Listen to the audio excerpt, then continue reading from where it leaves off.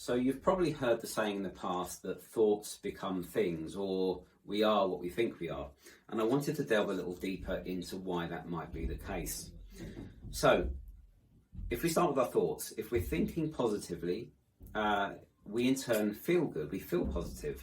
So our positive thoughts lead to feeling good.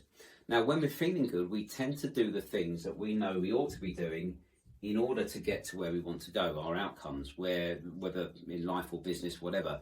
When we're trying to achieve something, we have to do certain things. And if we're feeling good, we tend to do those things, the things we plan to do, the things we know that we've got to do to get the outcome that we want to have.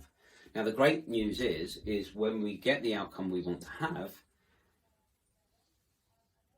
we have a self-fulfilling effect, because in turn that makes us feel more positive. That reinforces that positivity, which means that cycle gets stronger and stronger and stronger. Now, what happens when we're not thinking positive? What about if we're thinking negatively? Well, unfortunately, the same thing occurs, but in the other way.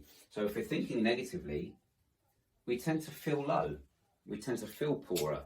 And if we're feeling negative, if we're feeling low, we tend not to do the things that we know we ought to be doing to get to where we want to go, to get the outcomes. So things like not getting out of bed in the morning and getting up a bit later and doing those things that make us feel comfortable but don't allow us to achieve what we want to.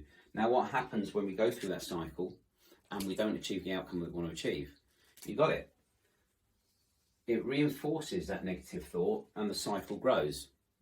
So what's the answer? The answer, of course, is to think positively. But where to start?